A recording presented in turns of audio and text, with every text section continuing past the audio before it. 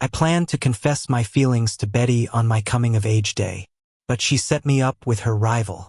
Later, though, I did exactly what she hoped for. I managed to sway her rival's heart, letting her grab the first love she had long coveted. But when I eloped with someone else, Betty lost it. Betty had always liked her best friend's guy, constantly thinking about him, loving without being loved back. To make her dreams come true, she adopted me when I was 16. It was raining continuously for 3 days in the northern suburbs. When Betty's goods truck arrived at the orphanage, the slipperiness nearly led to an accident with the youngest kid there. Ignoring everything, I dashed in front of the truck and pushed him away. The truck stopped just in time. The door opened, and a foot hit the muddy ground, wearing clean and expensive shoes that didn't fit the shabby surroundings. I tried to stand up despite the pain but fell into the mud again. A black umbrella moved over just in time to shield me from the rain. A serene yet beautiful face came into view, looking down at me with no emotion, wiping the dirt from my face. When she saw my face clearly, her deep eyes suddenly shrank. Then she inexplicably smiled while pulling at the corner of her lips. Her stare made my skin crawl. When I tried to get up again, she gently cradled me, her voice soft as if feathers brushing against my ear. "Don't move, breaking a bone wouldn't be good." She then instructed the person holding the umbrella to drive us to the hospital. The journey was warm with the car's air conditioning, and the fragrance inside was overwhelming. Her arms held me firmly the entire time. I was in the hospital for 3 days before being discharged. On my return to the orphanage, the person who had carried me was there too, sitting on my usual creaky wooden bed, with a natural air of nobility about her. Seeing me, she said, "You're called Lucas, right? I'm Betty. I know you have a sister who needs a kidney transplant. I can help her find a donor and cover all the medical expenses. Would you be willing to come with me?" I nodded without hesitation. My sister Lily, only 12, suffers from chronic kidney failure. A transplant is the only way to extend her life. But we're too poor. We couldn't even afford treatment, let alone a piece of candy she longed for when her mouth tasted bitter. I'd fight tooth and nail with other kids for even one piece, whenever kind donors offered snacks to the orphanage. So, I went home with this woman before me, and my sister Lily was sent abroad for treatment by Betty. The two of us siblings were separated, and Betty raised me until I turned 18. That's when she hosted a grand coming-of-age ceremony for me. Almost everyone of status was there. She introduced me as her lost son, recently found, and promised to cherish me as if I were a treasure.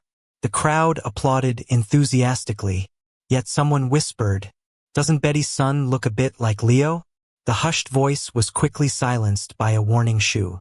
I clenched my fingers slightly. After Betty left the stage to rest, I followed her upstairs. At 9 p.m., the night draped a layer of black gauze over the massive floor-to-ceiling window. The third-floor lights were off.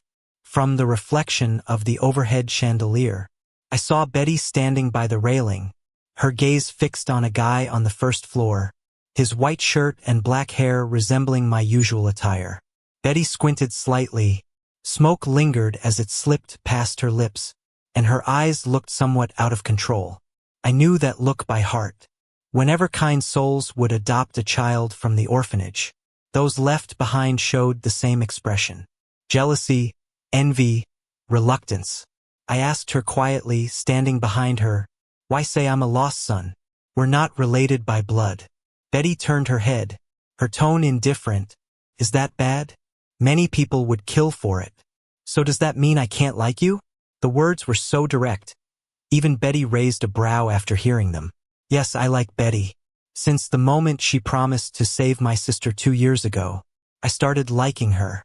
Because of her, I no longer fear my only family in this world might perish one night in a damp, dark room. I was safe from the advances of the orphanage's cook, could eat my fill without fighting, and didn't worry about being abandoned. What rat from a gutter wouldn't crave the light? So, I wholeheartedly liked her, even wanting to be by her side forever. Betty didn't reply. Instead, handing me 2 glasses of freshly poured wine. She nudged me to the railing, pointing at the woman she'd been looking at. Her name's Helen, my best friend. Go toast her with this wine. When you return, I'll have your answer. I glanced at Betty, and then down at the crimson liquid in my hand, and went downstairs without further questioning. But just as I finished toasting and prepared to collect Betty's answer, everything before my eyes became hazy. Before long, my vision went dark. When I woke again, daylight poured in. I was lying in some unfamiliar bedroom. My clothes were in disarray, and beside me on the bed sat Helen, whom I'd just toasted. Faced with the scene, she clutched her head in panic, muttering, "What happened? How could this happen?" A shocked scream pierced the scene. It was the man who had once held Helen's arm. His trembling finger pointed at us, screaming in a guttural rage, "What are you two doing? Helen, how could you do this behind my back?" "Leo, it isn't like that. I don't know why." Helen tried to explain, but Leo was already in front of the bed, smacking me hard across the face, before storming off. Helen immediately ran after him. I licked my lips, tasting blood mingled with salt. I looked down, struggling with my clothes for a long time, unable to get dressed properly. Then tears spilled from my eyes. My fingers clenched tightly enough to leave nail marks in my palm. Fake. Everything was fake. Only the scheming was real. The scandal of a night between Betty's suspected son and the already attached Helen hit the news trending, quickly suppressed by the powers that be. I stayed in the room, alone. I burned my diary filled with all my thoughts. Then, I picked up scissors and chopped off my hair. I finally understood why Betty loved my hair so much. No matter how busy she was with work, she'd come home every day to brush it. She wouldn't let me dye or cut it. Even the shampoo smell was her own creation. But all of it was just because of Leo. I was naive enough to try and win her favor by excelling in everything she wanted me to learn: tea ceremony, etiquette, calligraphy. For 2 years, I thought I held a special place in her heart. Who knew she raised a replica for her rival? The burnt smell alarmed the butler. He rushed to call Betty, who snatched the scissors from my hand, cutting my palm in the process. Ignoring my wound, she glared at the hair scattered on the floor in anger. "Lucas, stop going nuts," she scolded. I bitterly asked, "Is this why you took me in? With this scandal, how can Helen be with Leo? Why choose me?" I didn't get it. In terms of looks, Leo and I are worlds apart. Even mimicking his style only made me barely resemble him. Betty paused, then answered, "It's your eyes. They're captivating. Ever since I saw you at 16, I knew no woman could resist them. Why not tell me earlier?" There was a change. They suddenly decided to marry next week. I'm out of time. I crumbled inside. I was just bait in rich people's love games. The butler interrupted, reporting that Leo said online he'd face everything with Helen. The wedding was delayed 2 months, but it was still happening.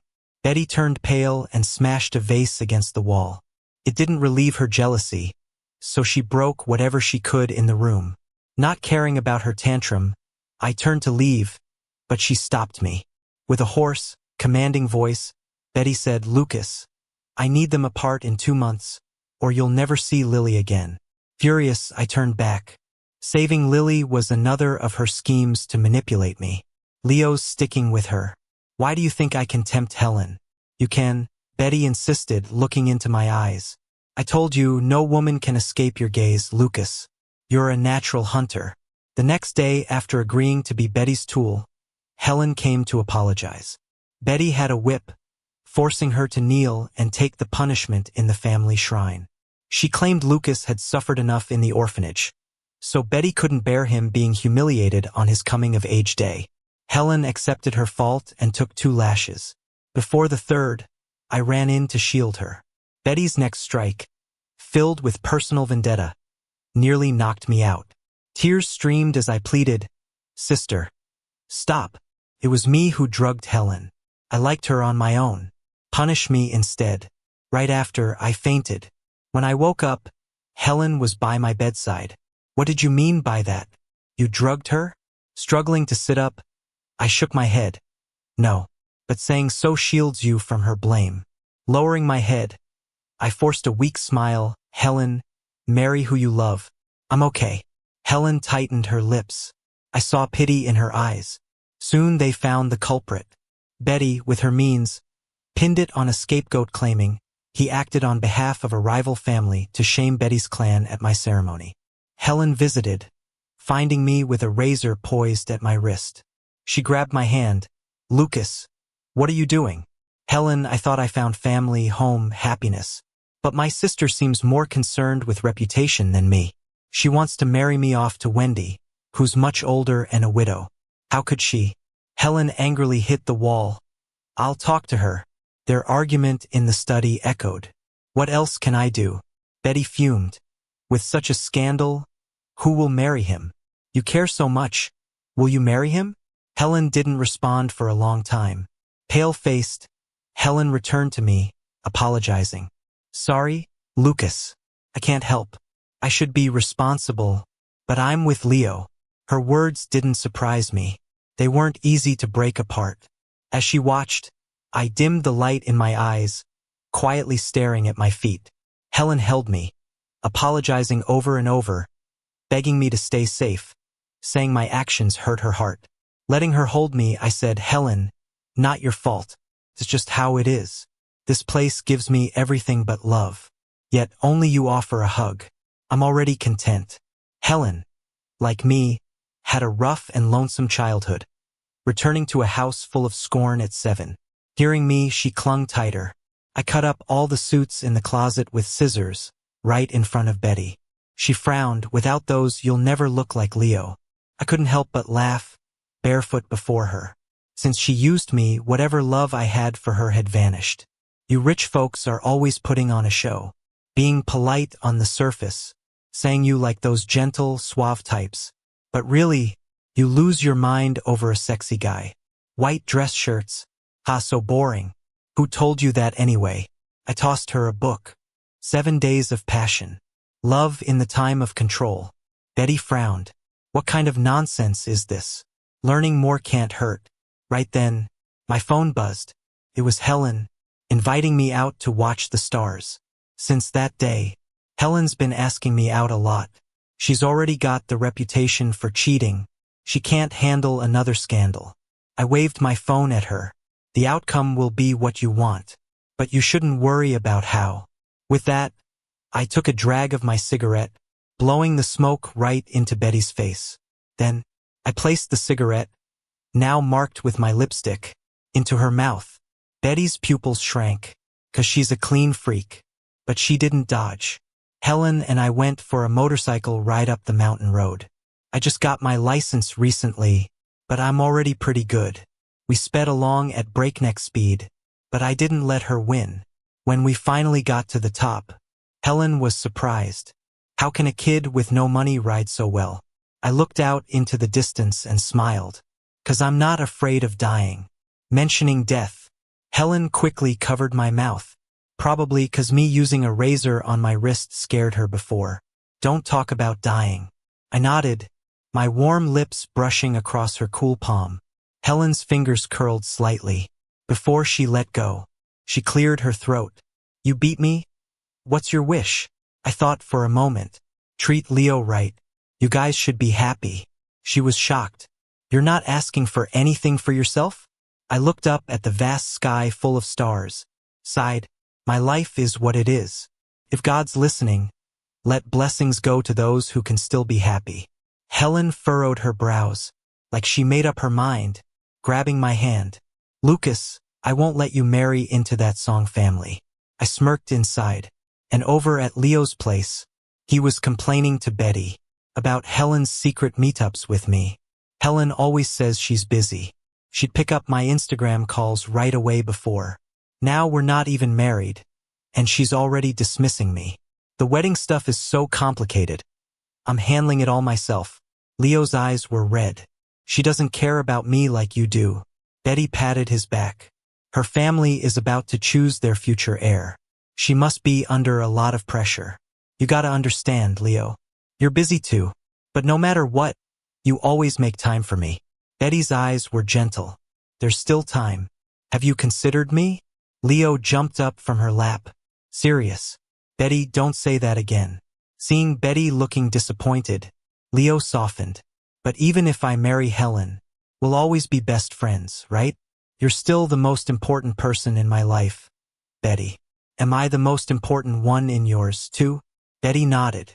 Leo happily grabbed her phone. Let me see if I'm still at the top of your contacts. Relief washed over his face when he saw he was still pinned. Promise me this spot is always mine. Even if I marry. Deal? Deal. I was outside listening to this whole thing. Turns out, noble, icy Leo is nothing more than a two-timing player.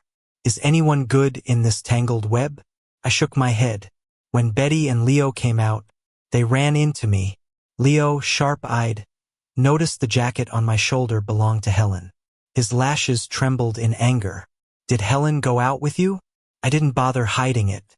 Yeah, Helen saw I was down and took me to eat. You think you deserve her clothes? He lost his mind, lunging to grab my jacket, all while scratching at my neck. You've been after her all along. Huh? You set it up to sleep with her. Huh? So young yet so conniving. Betty tried to stop him, but only to protect Leo, fearing I might hurt him. Honestly, I've got some fight in me. The orphanage was all about survival of the fittest. I had to protect my sick sister from a young age, often getting into bloody brawls just for a meal. Betty worried too much. He's her treasure. Why would I hurt him? I let Leo beat me. The crazier he got, the bigger the rift with Helen. The sooner Betty would get her happy ending, and this charade could wrap up. Leo tired out. He told Betty, I want him to kneel and apologize. He can't get up till I say so. Betty frowned. Leo, he's still my brother. So you think I'm being unreasonable? Betty, you just said I'm the most important person in your life. If you can't even do this, then we're done for good. Of course, Betty couldn't bear the thought of losing him. So she told me, Lucas, go kneel and apologize to Leo. And so I did, kneeling and apologizing, all night long. When daylight came, Leo finally emerged from Betty's room, her shoulder marked by his teeth. Whatever happened in there is anyone's guess. But Betty was in a great mood. For years, she's longed for Leo, loved but could never have him. At least with my interference. She tasted a bit of what she wanted. Seeing Leo off, she finally remembers to help me up. I'm already so numb, I can't move. She helps me into the room. You did well. Lily will get the best meds. I stay silent. She tells the butler to get the meds and lays me down on the bed. Then she uses a swab to apply antiseptic to my neck. Leo sure is heavy-handed. He busted your lip too. I smirk. The lip isn't from Leo. Helen did it. Betty's hand freezes in mid-air. Her voice lowers. Helen kissed you? What, really? I tease. Did you think a chat would charm her my way? Betty straightens her lips. What else happened? I try to remember. Had a bit much to drink. Can't recall everything. She leans in, unbuttons my shirt, and stops when she sees the bite mark on my collarbone. It's deeper than the one from Leo. How dare Helen do this? Didn't you fight back? I chuckle, buttoning up with my numb hands. Betty, you really gonna play forgetful? You're the one who set me and Helen up initially. Betty is at a loss but quickly says, nothing happened that time. Wow, did you monitor in real time? That's kinky. I mock as I struggle to get up and head back to my room. Betty grips my arm. Don't let her near you again. Well, what about Leo? Betty goes silent. What are you pretending for? I break free and walk back to my room. Truth is, I didn't expect Helen to come looking for me. The night before, she tried to set me up on a date. It's no secret my incident made Betty's family frown on me, so the girl I was supposed to meet wasn't very polite. After some drinks, she got feisty. You're a good-looking guy even if your rep's trash here. I am just into your type. I acted calm, but under the table, I was calling for help. Betty was my first call but didn't pick up. Of course, it's silly to expect her. Leo doesn't call often. She's got better things to do. Next, I was about to dial 911 when Helen burst in. I was pinned on the couch, pants at my thighs. Helen yanked the girl up by her collar and slapped her hard. The girl spat some blood and cursed, "Helen, are you crazy? You set this up."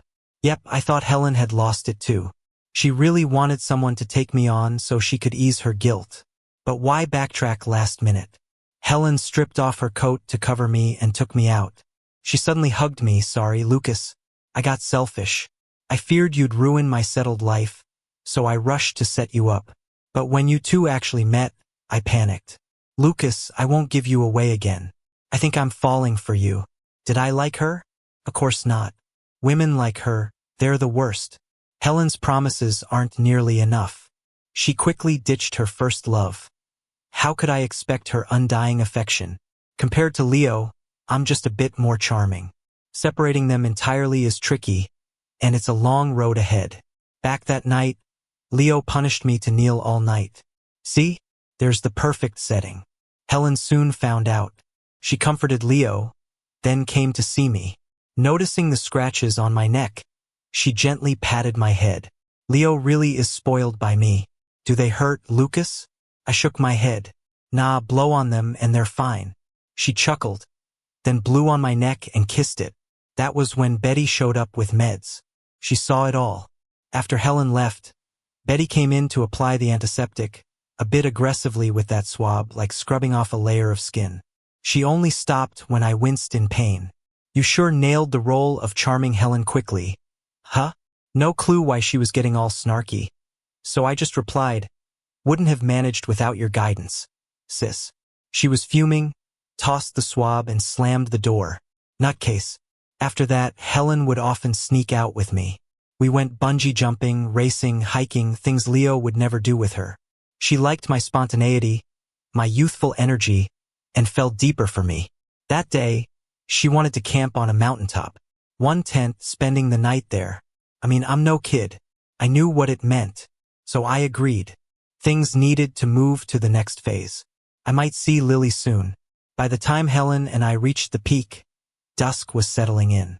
The western sky still had a bit of red hue left, very pretty. I hadn't seen such a view in ages. Helen grilled some meat on a little stove, boiled tea, and had me eat while she set up the tent. When the sky turned completely dark, the tent was done. Exhausted, Helen sat across the table and drank from the cup I had. Then her phone went off. It was Leo calling. Even if Helen confessed her feelings recently, she's been playing both sides. Unwilling to give up her boyfriend, unwilling to let go of me, the thrill. Women, they want both, don't they?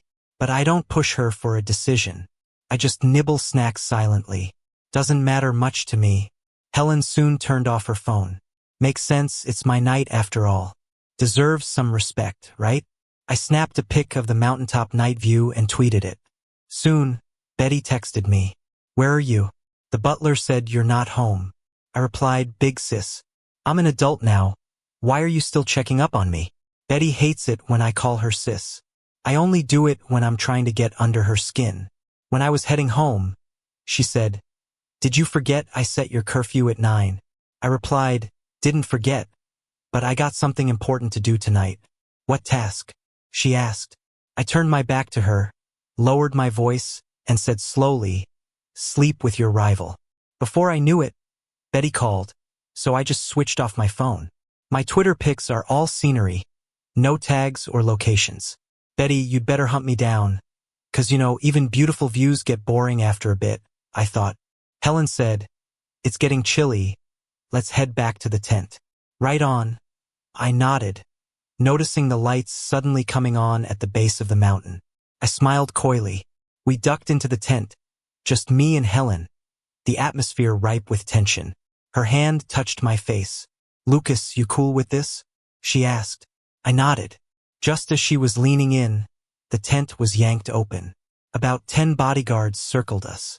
Betty yanked Helen away, then pulled me up, growling, "Lucas, we're going home." I shot Helen a pitiful look. She was fuming. My almost catch flew away. But hey, I never really planned to sleep with Helen anyway. It's like that song lyric goes, "The things you can't have are the most tempting." Betty was covered in mud, the heavy mountain mist making it worse. The lead car got stuck in a mud pit, causing a chain reaction behind it. She practically crawled up the mountain for me. On the way down, rescue vehicles hadn't showed yet. She dragged me by my wrist, making me twist my ankle.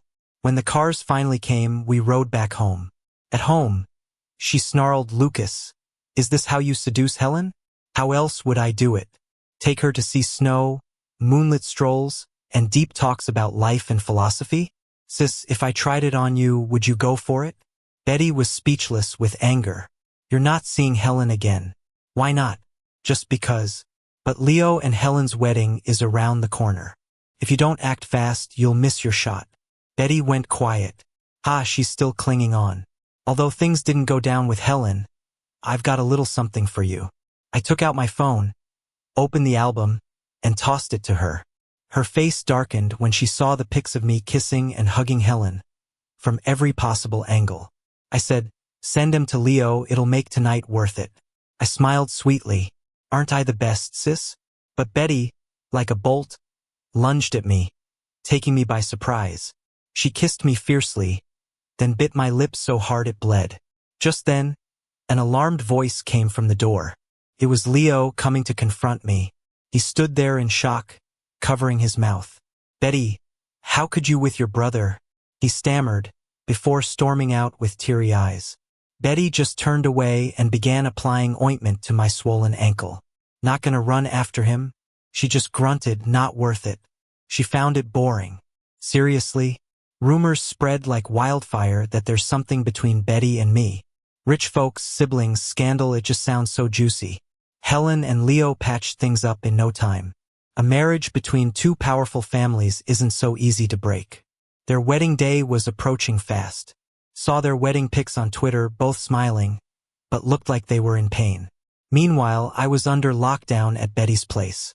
She didn't want me messing with Helen and Leo's affair anymore. "Why don't you want Leo?" I asked. She didn't answer. "Just when I thought I'd get nothing," she said, "on your birthday you said you liked me and wanted an answer. Still curious?" I chuckled, "Nah, lost interest. Who'd want someone who'd shove him into another woman's bed?" Betty lowered her gaze. "When I heard you stayed overnight with Helen, I lost it. If she touched you, I swear I'd have killed her. Funny how it feels to get jealous over you." It was crazy to her too. She loved Leo for ages, deeply. Yet, I had somehow twisted her heart, taken over her mind. "I'll make sure Lily gets the best care. Stay by me, love me like before. Okay?" "Sure." I lied through clenched teeth. "You won't help Lily otherwise, will you?" There was silence. I knew Betty's tactics. Underhanded and shameless. God, I hated her. But I said, "Yeah, I promise." The day Helen and Leo got hitched came quick. I was watching birds from the window, drifting back to the times with Lily at the orphanage. She was frail, and the bully there sneered, "Lily's gonna die soon." More drumsticks for me. Orphanage was hanging by a thread.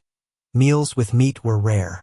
So, enraged, I threw rocks and wrestled with the brat. Couldn't win, but I didn't fear. No matter how many times I got beaten down, I'd rise again. That night, I got 3 drumsticks for Lily. She cried, "I don't want to eat drumsticks anymore, brother," she sobbed. "Miss her, haven't seen her in ages." The window got tapped. I leaned out and couldn't believe it. Helen was there, supposed to be getting married. "Lucas, come with me," she urged. I was stunned. "What are you doing here? Aren't you supposed to be getting married today?" "I'm not getting married. I've thought it through. I don't want to be an heir. So I don't need to keep Leo happy anymore. Lucas, I like you. I want to be with you." Helen actually ditched her wedding for me. Couldn't believe it. "I knew Betty was keeping you locked up.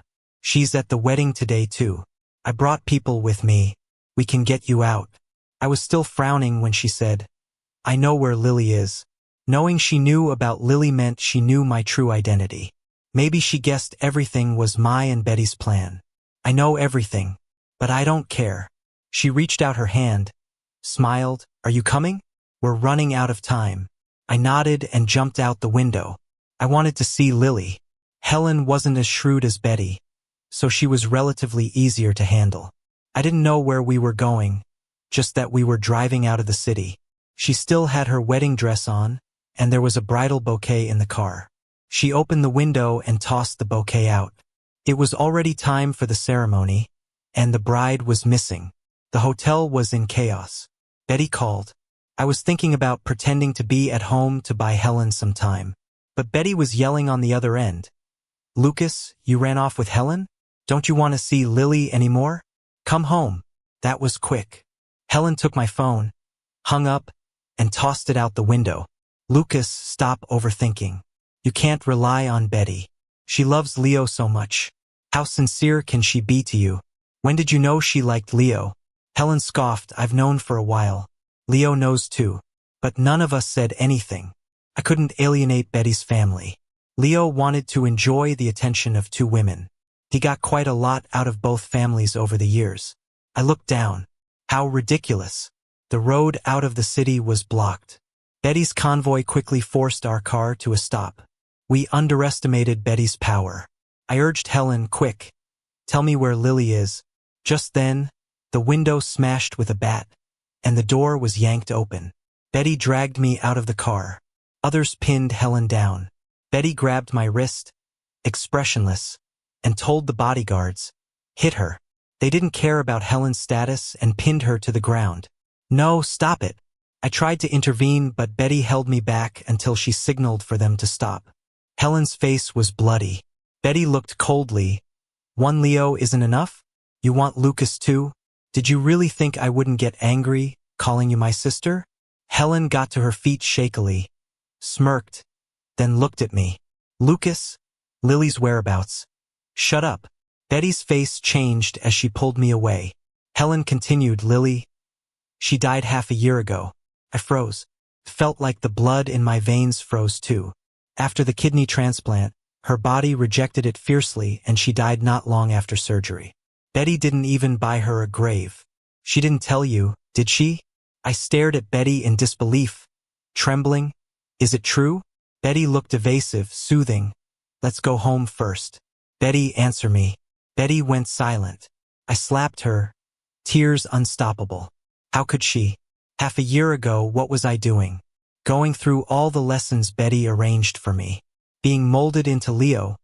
Becoming a tool for her plans to break up love rivals. And my Lily? Suffering in a foreign land. Alone without her family. So scared and afraid of pain. In her final moments, how desperate was she? Did she call for me?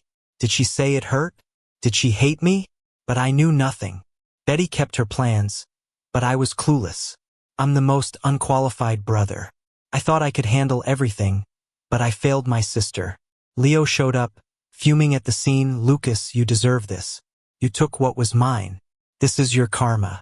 Your sister deserved to die, you do too. Betty snapped. Shut up. You're yelling at me? Betty, you yelled at me for him? Leo came over to hit Betty but got thrown aside by bodyguards. Amidst the chaos, I passed out. I woke up in Betty's house. She held my hand gently. How are you feeling?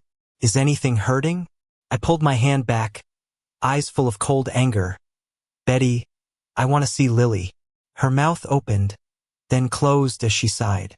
That afternoon, I saw Lily's urn. She was just 12 when we were separated. She was tall despite malnutrition. And now she was just a small urn. How did it come to this? Wasn't it cramped for her? I held the urn, eyes vacant, tears all dried. I stopped eating and drinking. Without Lily, I had no reason to live. Betty stayed with me.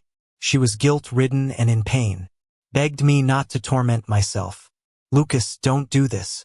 Hit me, yell at me, do whatever, but please don't be like this. I'm scared. I just stared at her, numb. Then give me Lily back. Give her back and I'll forgive you. She pressed her lips together, silent. After that, I started trying to escape with Lily. We fled to the sea, to the edge of the cliff. But every time Betty found us, she locked me in the house, took away all knives and sharp objects. Even during showers, she'd have someone watch me. I refused to eat, so she'd force-feed me. I couldn't sleep, so she put calming herbs in my drink. She was full of schemes but terrified I'd die. One night in my dreams, I saw Lily. She was young, healthy, and smiled. Said she had loads of chicken legs and candy. Never had to fight for them anymore. I cried and asked if surgery hurt. Were you scared at the end? Do you blame me for missing that last moment with you? No way, she grinned, showing her canines. How could I be mad at you, bro? I'm your biggest fan. Next life, I'm still your sister. When I woke, my pillow was soaked and I felt clear-headed. Why am I doing this to myself? I have to live well, outlive the bad guys. The next day, I took Lily out. Betty blocked the door, wouldn't let me leave. I just want to bury Lily. She's been out too long. Her soul needs peace. Betty thought I'd come around. Nodded. Excited. All right, anywhere you want. I'll get her the best burial plot. Help you arrange it all. Growing up in an orphanage, Lily and I had no family, no home. Nowhere that lingered in our hearts. So, I chose to take Lily to the Temple Tower. It sits atop a mountain, the city's highest spot. Wherever I go, as long as I look south, I'll see her. Upon reaching the peak, I planned to take Lily inside alone. Betty wouldn't allow it.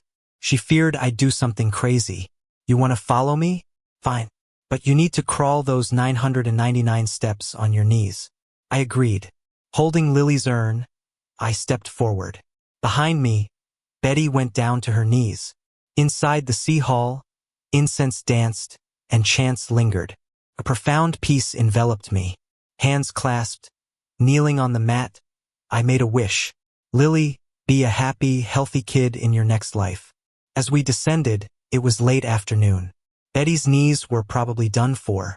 Pale-lipped, she said, "Rumor has it, those who kneel all 999 steps get a wish from the gods.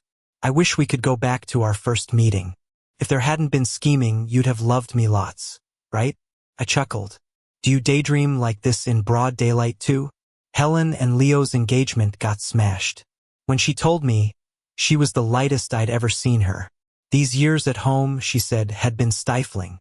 Being a mistress child, her family elders looked down on her. Even her own father didn't acknowledge her. She stifled her personality, lived in her brother's shadow, kept sweet-talking a man she didn't love, befriended rivals, trying to please everyone. Running away with you was my happiest time, she confessed.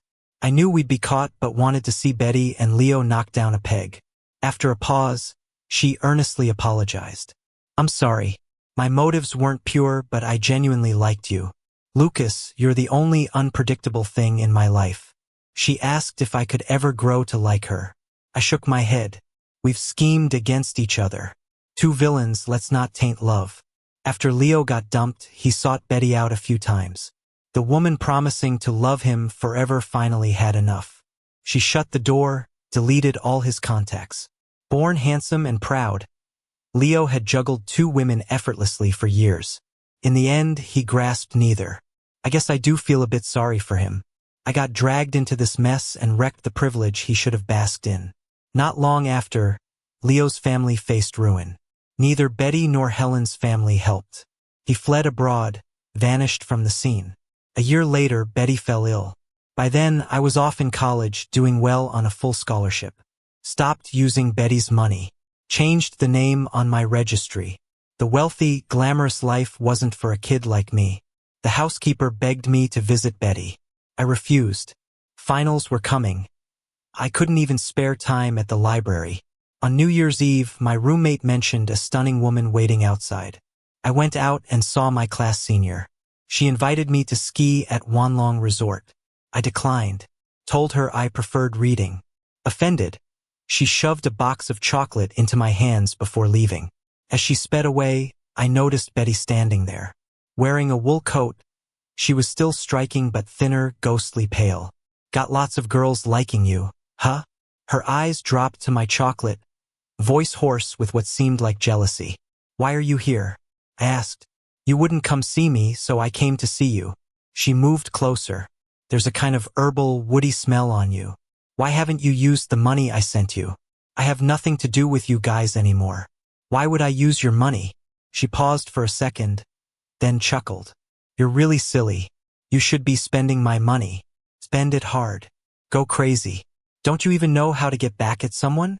The dorm's about to close. I'm leaving. I didn't want to argue with her anymore, so I turned and left. Betty stumbled a bit as I did. Almost lost her balance. The butler rushed over to support her arm, barely keeping her up. Turns out she's really sick. Lucas, come back for the new year. She called out to me, her voice mixed with the wind, carrying a kind of indescribable sorrow. I really miss you. I ignored her. Another spring came around. A woman claiming to be a lawyer found me. Turns out Betty passed away not long ago. On her deathbed, she notarized her will, leaving all her assets to me. I looked at the documents in my hand and muttered, "Dead." The lawyer nodded. I didn't hear much after that. Life is so fragile. So was Lily. Betty's ashes are kept in a tower on the hill. A tower. Even in death, she hasn't forgotten to mess with me. So when I go to visit Lily, I'll end up seeing her too. My roommate patted me on the shoulder. What are you spacing out for? Let's go to class, we're gonna be late. When I came back to my senses, the lawyer had already left.